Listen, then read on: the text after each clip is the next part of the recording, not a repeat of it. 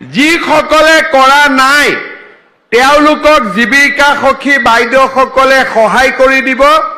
3, 4 আৰু 5 তাৰিখৰ ভিতৰত নিদিলে পিছত আৰু ফৰ্মখন দিব নোৱাৰিব।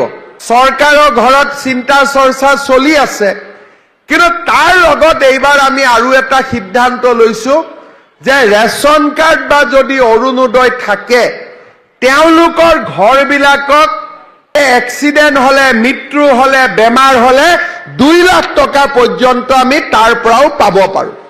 যিসকলে মুখ্যমন্ত্ৰীৰ আত্মনিৰ্ভৰশীল অসম আঁচনিৰ বাবে আবেদন কৰিছিল তেওঁলোকৰ ইণ্টাৰভিউৰ প্ৰক্ৰিয়া আৰম্ভ হ'ব। মই আমাৰ জিলা আয়ুক্ত ডাঙৰীয়াক অনুৰোধ কৰিম ধেমাজিৰ ইণ্টাৰভিউৰ প্ৰক্ৰিয়া যাতে 30ৰ পৰা 45 দিনৰ ভিতৰত আমি শেষ কৰিব পাৰো। ধেমাজিৰ যুৱক যুৱতীসকলে এই আঁচনিৰ জৰিয়তে যাতে উপকৃত হ'ব পাৰে। আপোনালোকক যি আমি মহিলা উদ্যমিতা আঁচনিৰ ফৰ্ম দিছিলো, কোনে কোনে ফৰ্ম ঘৰত লৈ গ'ল হাত উঠাওকচোন। মাত্ৰ এইখিনিয়ে মহিলাই লৈ গ'ল। কোনে কোনে লৈ গ'ল হাত উঠাওক। 10,000 টকাৰ কাগজ কোনে কোনে ঘৰত লৈ গ'ল? এতিয়াহে বুজি পাইছে। আচ্ছা, এতিয়া কাগজখনটো নহয় ঘৰত ৰাখি থলে কণী পাৰিব জানো? ফৰ্মখন ফিল আপ কৰিছে নে নাই? যিসকলে কৰা নাই তেওঁলোকক জীৱিকা সখী বাইদেউসকলে সহায় কৰি দিব।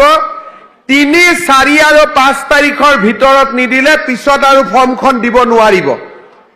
সেইকাৰণে আপোনালোকে এই ফৰ্মখন পেপাৰত দিন পাব ধেমাজিত কোন তাৰিখে পাব দিব লাগিব। হয় 3 তাৰিখ, 4 বা 5 তাৰিখ, 3 দিনৰ ভিতৰতে এদিন। গতিকে সুন্দৰকৈ ফৰ্মখন আপোনালোকে ফিল আপ কৰি ফৰ্মখন জমা দিয়ক। ৰেডি হৈছে নে নাই? এতিয়া ৰেডি আজিৰ পৰা হৈ যাওক, বুজি পালেতো? নহলে 3 তাৰিখটো পাৰ হৈ যাব, পিছত ফৰ্মেও কণী নিদিব, টকাও নোহোৱা হ'ব, পিছত আপোনালোকে মোক ক'ব CMA এনে ক'লে বুলি। গতিকে আপোনালোকে ফৰ্মখন উভতাই দিয়াৰ বাবে ব্যৱস্থা গ্ৰহণ কৰিব।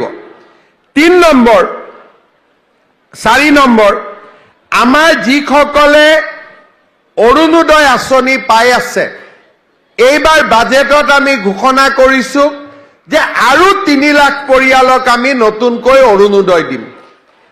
এইবাৰ আমি লাহে লাহে এটা সিদ্ধান্ত ল'ব খুজিছো যে যাৰ যাৰ ঘৰত ৰেচন কাৰ্ড আছে তেওঁলোককে যাতে আমি অৰুণোদয়টোৰ লগত দিব পাৰো।